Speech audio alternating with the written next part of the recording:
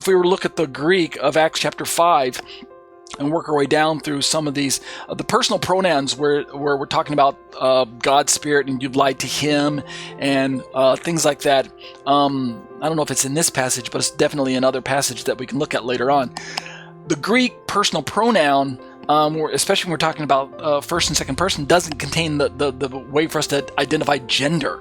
Greek nouns have gender, right? And that's just the word that's gender. It doesn't necessarily mean that the thing that the word is attached to is a gender itself, such as like, a table might have a gender as feminine, but that's a grammatical tag. That's not necessarily to say that tables are females.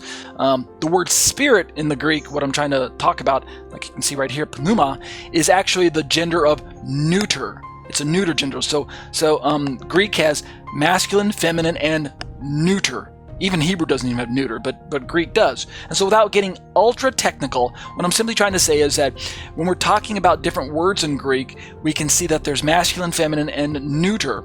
And this helps us to understand whether or not we're going to call this thing an it or a he or she or something like that. And so, the spirit, the word spirit in Greek is simply the neuter gender. So any pronouns that get attached to that can either be he from the antecedent, but technically they can also be it from the antecedent, because spirit itself is a neuter gendered noun. So what am I trying to say without getting too technical?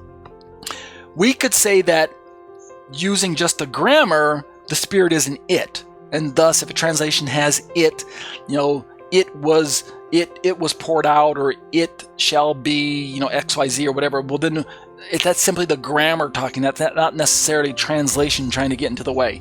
So we can't be exceptionally harsh on the Jehovah's Witnesses for what they're trying to manipulate here, what they're trying to do.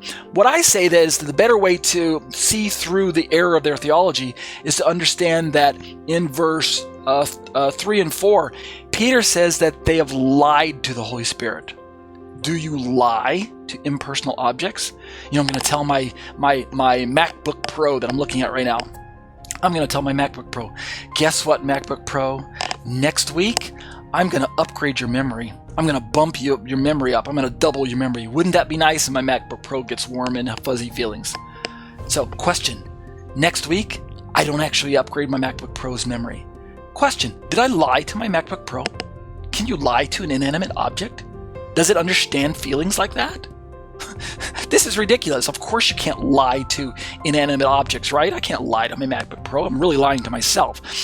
But I can't deceive a computer. It's an inanimate object. So if the Holy Spirit is an impersonal force, like a field of energy or something to that, like that you can channel, or like electricity, like Jehovah's Witnesses and other fringe Christian groups like Mormons teach, then how could Peter say that Ananias has lied to the Holy Spirit?